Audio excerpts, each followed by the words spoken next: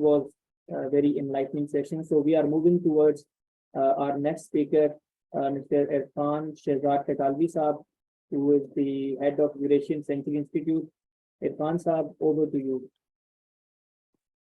Assalamu alaikum. Wa alaikum salam, sir. Thank you. Finally, my power returned, and I can now talk to you. I actually was worried that I may not be able to fulfill my commitment for today if this power blockade here does not end in time. But we are lucky a little bit that we can still have another opportunity to learn from each other. And I would say I have been lucky in another way that Zamir Ahmad Awan Saab, who is always, always making very educative speeches and presentations for us. Whenever I listen to him, I gained a lot, and today was also no exception. Very useful points have already been shared by him.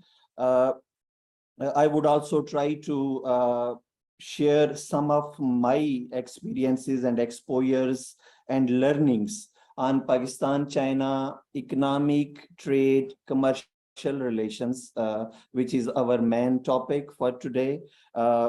Luckily, I have been working on this subject for past about 18-19 years.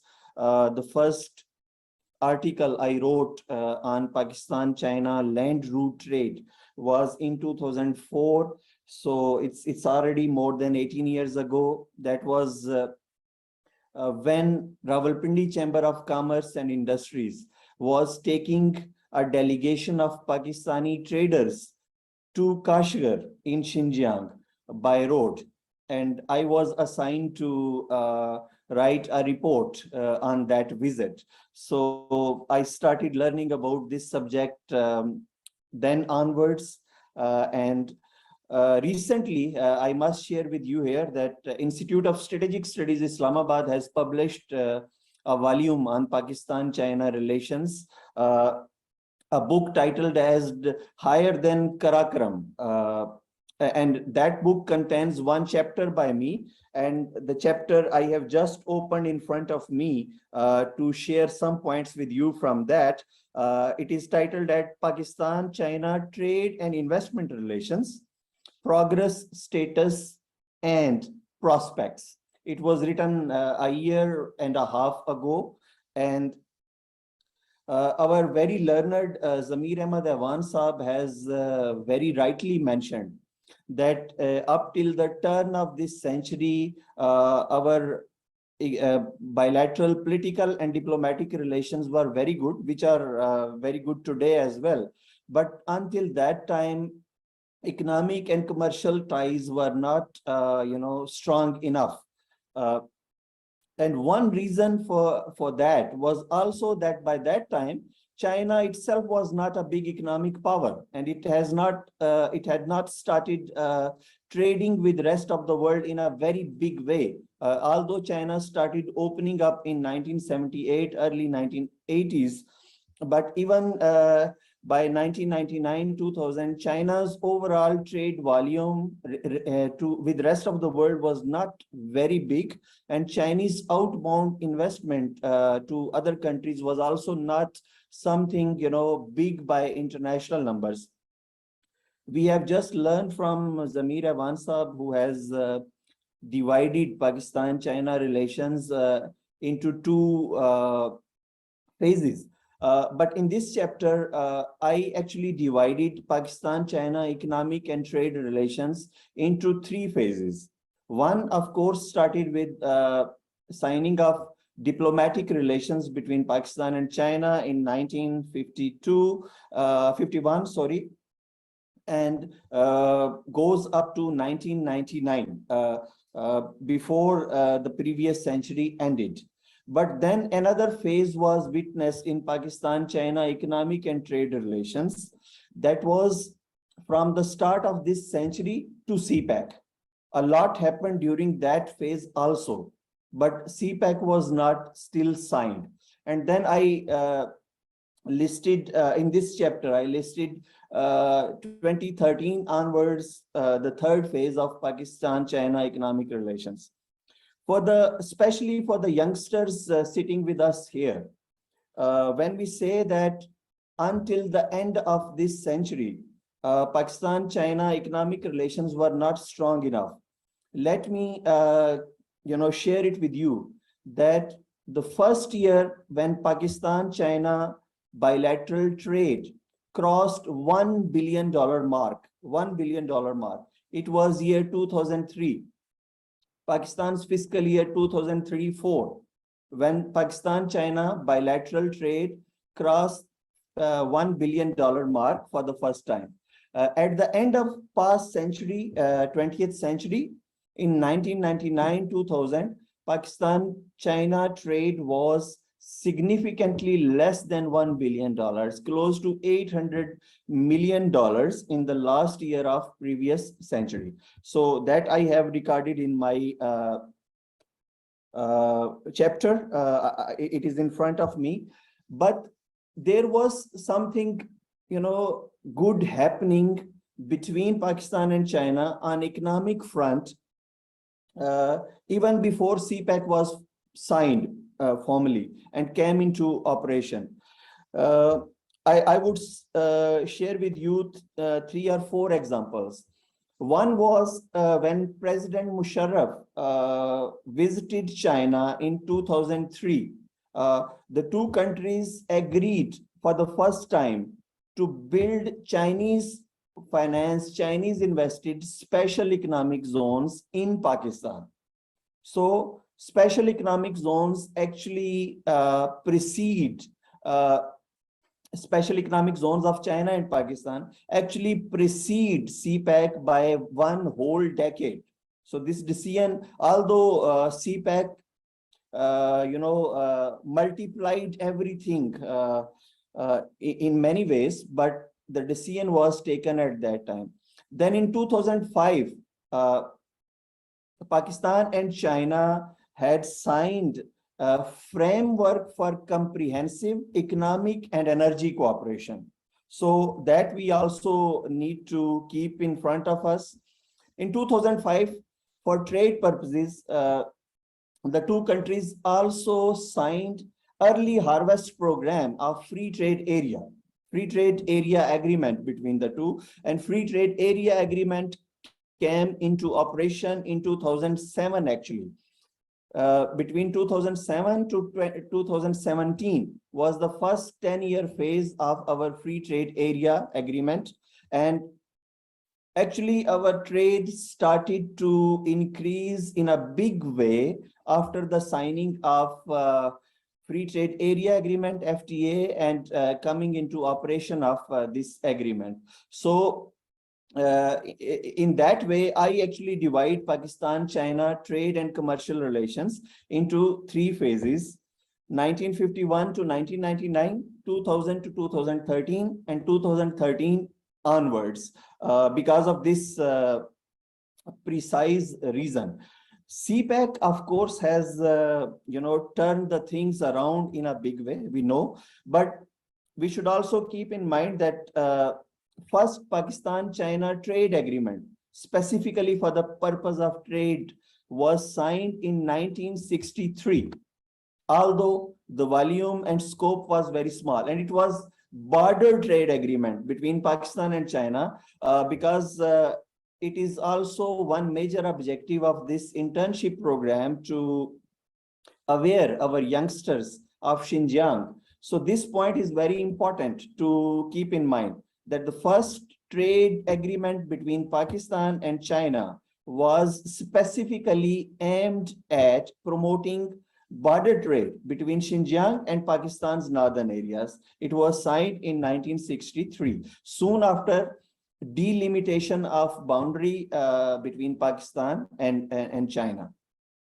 Then, as Zamir Saab rightly mentioned, in 70s, in 60s, China helped Pakistan in building defense industries, also in constructing Karakram Highway. But in 1980s, another big thing started vis-a-vis our economic and energy cooperation, and that was the nuclear cooperation between the two countries. If we have a lot of nuclear power plants in Chashma near Mianwali right now, so it is the fruit of cooperation in the nuclear field starting during those years. And in 1989, precisely February 1989, Pakistan and China also signed the first bilateral investment treaty. It was one of the first few that Pakistan signed with Asian investors. Of course, with Europeans and Americans, some others were signed in the early years. But in 1989, Pakistan and China also initiated formal investment relations. Then we come to CPEC.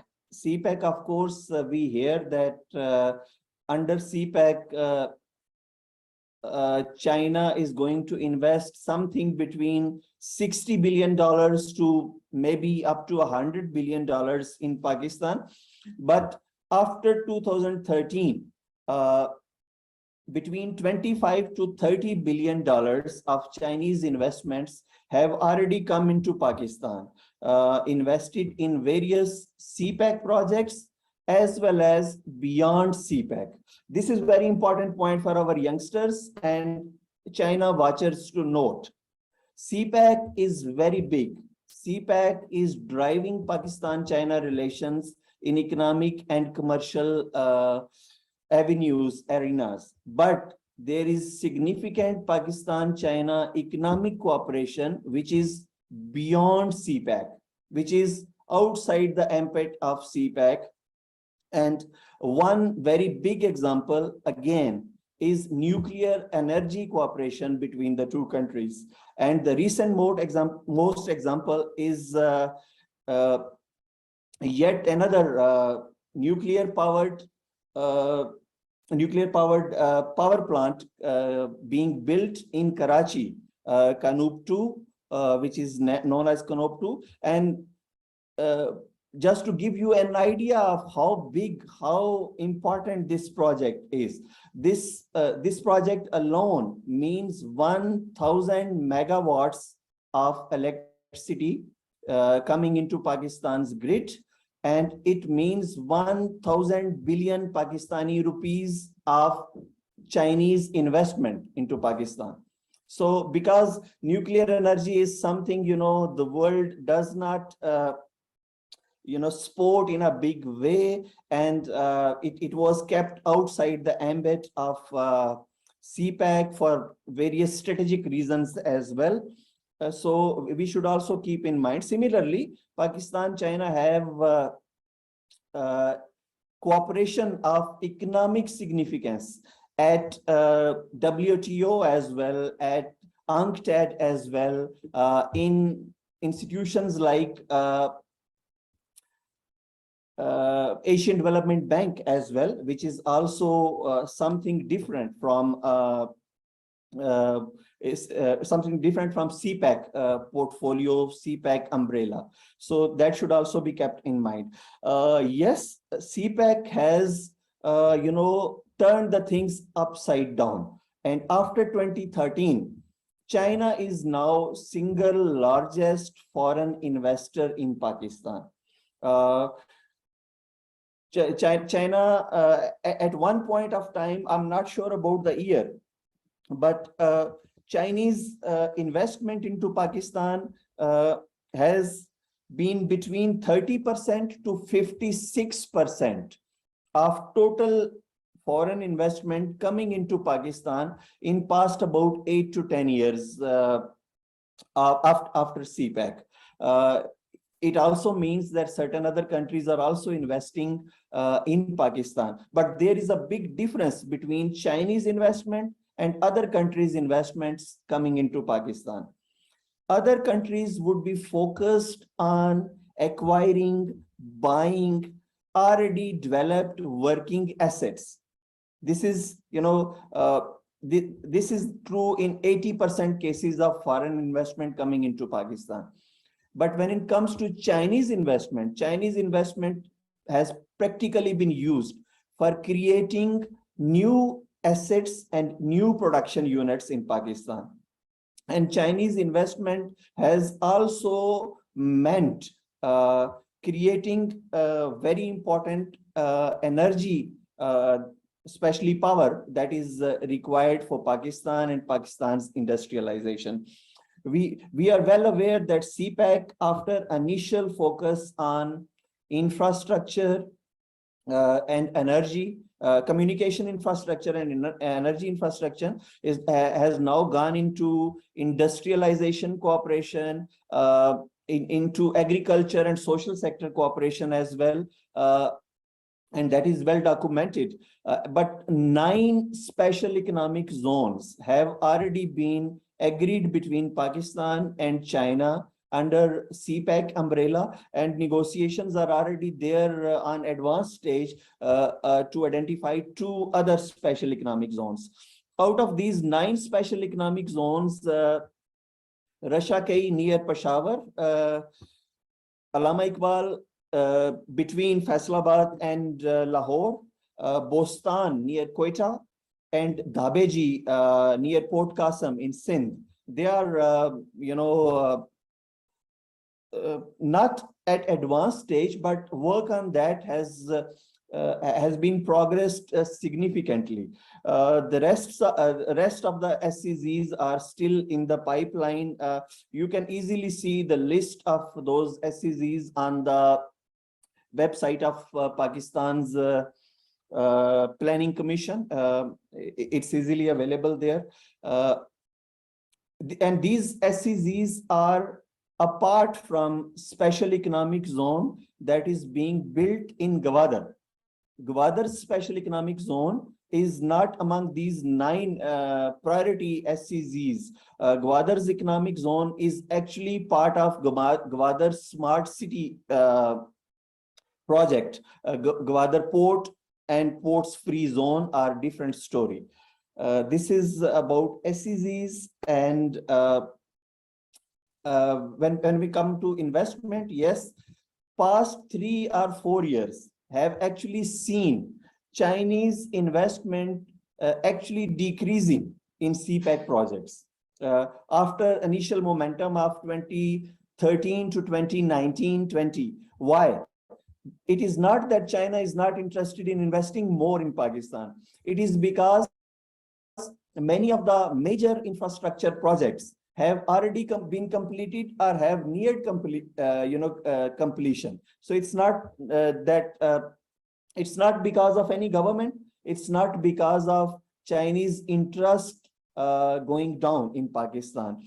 So more investment is coming, and one reason, one example is ML1 project, the upgradation of Pakistan's main railway line. That project alone again is close to 1200 to 1500 billion rupees of investment coming from China that will upgrade Pakistan's railways in a big way, and economic activity will be amplified in a big way. This is one thing. Yes, trade has also multiplied, but trade had started, increasing after Free Trade Area Agreement, FTA, came into force in 2007. Of course, after CPEC, it increased further. Right now, Pakistan-China trade averages around $20 billion, out of which $15–16 billion are Chinese exports to Pakistan, and $3 billion, $3.5 billion are Pakistani exports to China. So if we look at the trade figures, it looks very asymmetric. It looks one-way traffic, and it is. And it is not because that China does not want to buy anything from us. It is mostly because we actually do not have enough surplus to sell to China. Yes, there are certain things, certain issues on Chinese side as well. Chinese government and authorities, they are notorious for using non-tariff barriers, restricting imports from other countries. But it is also a reality that China imports $2 trillion worth of goods and services from rest of the world. And we export how much of that? 0.1%, 0.15% to be precise.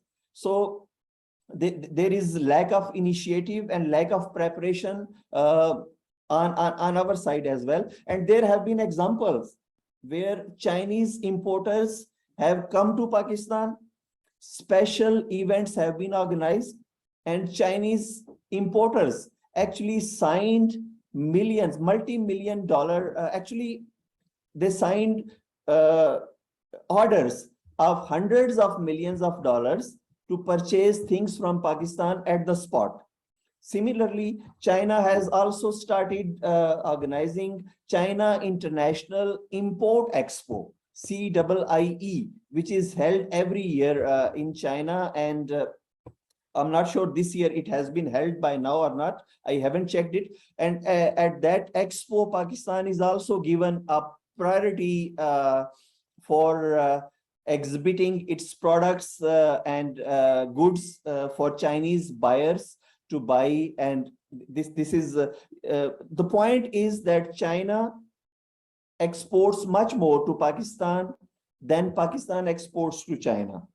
But it is also mainly due to inherent weaknesses of Pakistani economy, especially Pakistan's industry. Yes, there are some problems on Chinese side as well, but Chinese are willing to address those problems. One example, few years ago, Pakistani business persons identified that China offers much lower tariff to rice exports from ASEAN countries, but tariff on rice exports from Pakistan is higher. So what happens?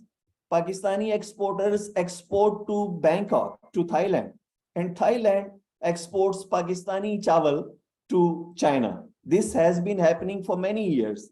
And China, on the complaints of Pakistani exporters, came forward, and this issue has been addressed. A new phase of China-Pakistan Free Trade Area Agreement has already been initiated since 2018 or 2019. I will have to check the exact year. I'm not sure. And trade is going to increase in years ahead. Pakistan's exports will also increase because some of the sanitary requirements on some of Pakistani fruits, such as mangoes and others, and also some dry fruits, those are being lifted. If not lifted, those are being softened, and Pakistan would have more opportunities to export towards China. And more importantly, CPEC would also increase Pakistan-China trade, as well as Chinese exports, which will actually become Pakistani exports because production will be in Pakistan. So the trade deficit between Pakistan and China will be addressed in that way as well. I'm taking a lot of time, but I come to conclusion in this way, that normally it is believed that it is only China which is investing in Pakistan. But when I was writing this chapter for the book of Institute of Strategic Studies, and even before that, I had researched on it, although very small, but there is some Pakistani investment in China as well. That is very important for Pakistani China watchers and youngsters especially to note. It looks one-way traffic, but it is not one-way. In 2008 alone, one Pakistani group invested $15 million in China. So this is recorded by China's own institutions, and I got facts and figures from China's own institutions. So although the size of Pakistani investment into China is small, but it is there. our learned, respected Zamir Saab very ably described that, yes, we still lack the dispute settlement mechanism between Pakistan and China, but the progress towards that has been initiated as part of CPEC umbrella, and Supreme Court of Pakistan also played some role. Actually, Supreme Court of Pakistan had a judicial conference in which dispute settlement mechanism of CPEC became an important topic few years ago. So progress towards that is also being made.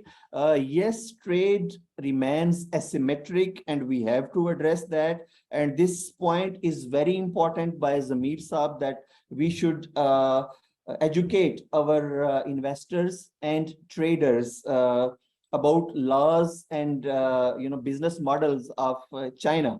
But at the same time, I always say to my Chinese friends that we also need to educate our Chinese friends about cultural, about social, about religious sensitivities of Pakistan if we have to sustain our business commercial relations strongly in the long term.